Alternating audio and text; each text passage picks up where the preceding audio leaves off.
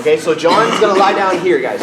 I'm gonna cut his body in half, okay? So I cut his body in half. Now I want my pressure to be down in this area, right, when I'm in the low mount. But I'm gonna go a little bit further. I'm gonna cut his body in quarters, all right? So I wanna push through the top quarter, but actually put my pressure through the bottom quarter, all right? So I'm gonna just quarter him off, all right? So that's really important when I'm maintaining the mount. I'm gonna teach you how to maintain it and then escape it, okay? So what we try to do is points of performance, right? So the points of performance, some of you guys already know, is we're going to use our elbows, right? We're going to keep our hips pressed into our opponent. We're going to suck our knees up, our feet suck to our butt, okay? So basically, when I get in this position here, I'm going to go ahead and I'm going to be elbows here, hips pushed down, knees squeezing like I'm riding a horse, and feet sucked up. What I like to call this to the kids is Saturday morning cartoons, because it's really, really easy for me to maintain this position and I stay heavy. Okay? Once I'm here, I'm trying to push down on John, right? I push down, I push through his diaphragm, and I control him. At any point he tries to push on a leg to try to do like a basic elbow knee escape, I'm going to flail or flare that heel out. I flare it out, and I drop that hip, and I still stay tight here. I don't want to wrap the head, not just yet. I just want to stay here, close to his body. So I'm here, and now if he pushes on the other one, I'm going to flare it out this way here and drop that hip there. All right?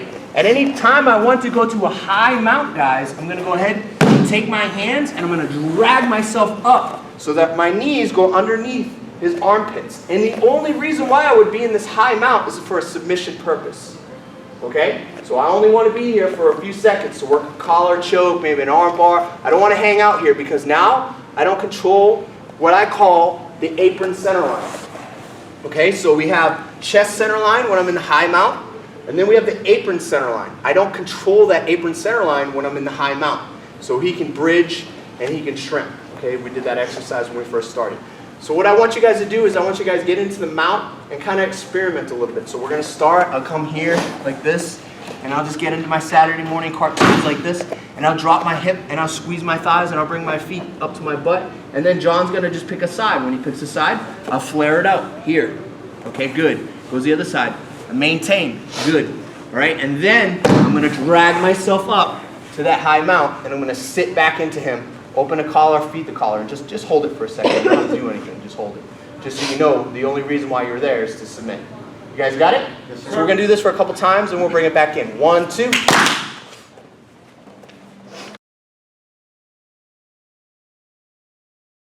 All right, so when Johnny comes over here, so we're going to reverse it. So the whole purpose from white belt to blue belt is survive and escape, right? Survive and escape.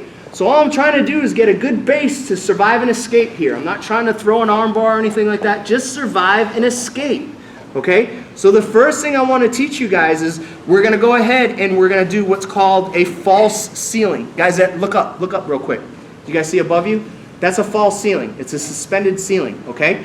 If Johnny's putting his weight into me, right, and he's got it here nice and tight on me, if I keep my back flat, then man, I'm in trouble, all right? So before he settles down, I go about 6 to 9 inches up underneath him, and I just hold it there. I know it's a little bit of pressure, but I get my feet close to my butt here, like this, guys, and I just keep it here, like that. And when he feels this false sense of security, I'm going to go ahead and put my hands on his waist here, like this, okay? So I keep my elbows tight, my hands on his waist, and I drop to whatever side I'm going to escape. Left side, right side, it doesn't matter. So we'll go left side. So I flatten this leg out, and I drop to my side. Once I get to my side, this is my step 1. This is how I escape. This is where the escape starts. I haven't escaped yet. Everybody see that? Okay, so now from here, I bring my feet to my butt, and then I'm going to bridge up and shrimp out. Bridge up and shrimp out. I keep doing that until I get away. So without John for a second. So I'm here. I do what's called a pelvic tilt. A pelvic tilt, I get that false ceiling, 6 to 9 inches, just enough so I can drop that leg. If somebody has bigger waist or a bigger butt, they might have to go up a little bit higher. But I don't want to be so high up. He's like, the jig is up. I know what's going on, you know, so he's going to press down harder. So I'm going to go up just like this. I go hand over hand here, and I'm going to frame. Now from here, guys, I drop that false ceiling, and I get to my side. Notice how I framed right here. His hip is still here. I bring my feet to my butt. Usually this right here gives me enough to escape. And then from here, I'll bridge up and shrimp out. Just like that, escaping. So one more time, looks like this. Here, right? Just protecting. Here. Now from here, feet to my butt, bridge up, shrimp out. Okay, you guys want to try it? Sure. Okay, 1, 2. False ceiling.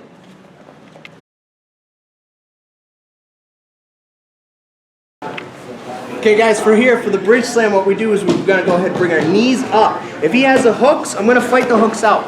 I flatten one foot, I bring this one over, and I kick it off. Then I bring my knees up. Once I do that, now it's go time. I can't hang out because then he'll just get the hooks back in. I don't want him to get those hooks in here. So now I'm going to go ahead and bring my knees to my chest. And when I do that, I move my opponent up here. And I bring my feet straight up. And when I do that, I'm going to bridge, slam to a bridge. It's called a bridge slam. So when I slam to a bridge, I drop to my hip. I don't hang out. I don't hang out, okay? If I hang out and I bridge slam, he's going to ride me like a wave. So I come up like this, and if I hang out, he's going to just come down. That's all for naught, okay? So from here, I'm going to go ahead and bring my knees to my chest, my feet up, bridge slam to my side here. And then I just move, explosive dynamic movement. And then from here, I can bring my feet to my butt, work whatever guard I want to work. Anytime I do a bridge slam, it's to create opportunity. Opportunity is opening, all right? That's all a bridge slam is. It's not an escape, it's an opportunity. Wrestlers call this a scramble, okay? So from here, I bring my knees to my chest, which is gonna move my opponent up. They're gonna move them up here. My feet go straight up. As my feet go straight up, now from here, I'm holding onto his waist. I'm gonna slam my feet into a bridge as I pop up here. So when I do it, kinda here. And then I drop to my side, all right? I'm not gonna hang out.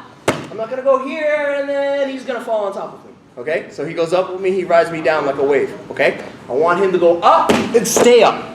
And then he falls down on me, okay? Meanwhile, feet to butt, we're gonna frame, bridge and shrimp. Same thing, right? So the next thing we're gonna do is we're gonna work on that bridge slam, all right? We bring our knees to our chest, our feet straight up, and then create that bridge here, and then drop to our side. Okay, so in one motion, here. All right, you're gonna be good at one side. Practice that one side. Get really good at it. Okay. All right, and then we can move to the other side. Don't work both sides. Not yet. All right. So do the bridge slam to one side. All right. 1, 2.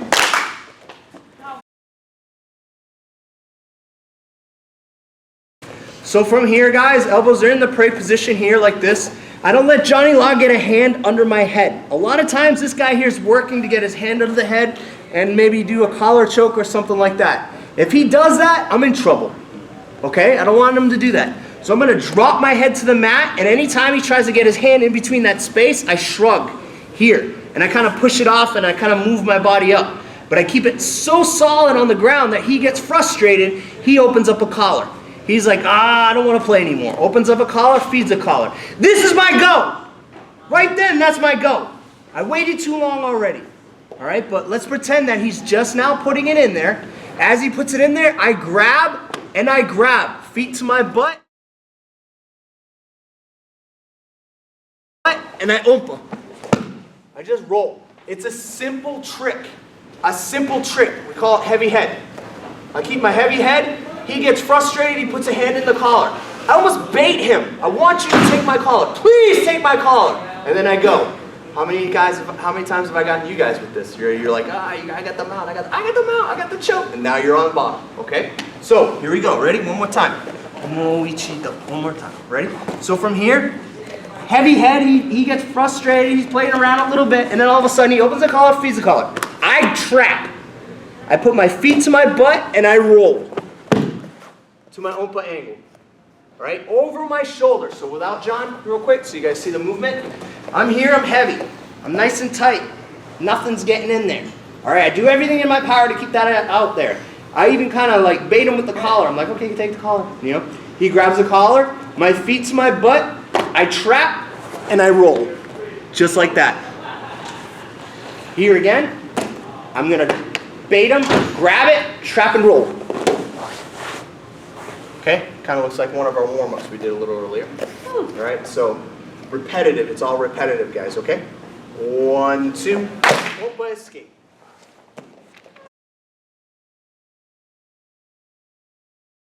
If our opponent comes to a high mount where they bring their elbows underneath here, or their knees underneath my elbows, underneath my armpits, this is good. I'm gonna, can you sit up so they can see? Just sit up high mount, like, yeah, there you go. So from here, all right, I know he'd be down, but from here, guys, I'm gonna frame with this one here, okay, I'm gonna frame. I'm gonna take my hand right here, and I'm gonna grab the pant leg. If he has no gi, I'm gonna grab his shin.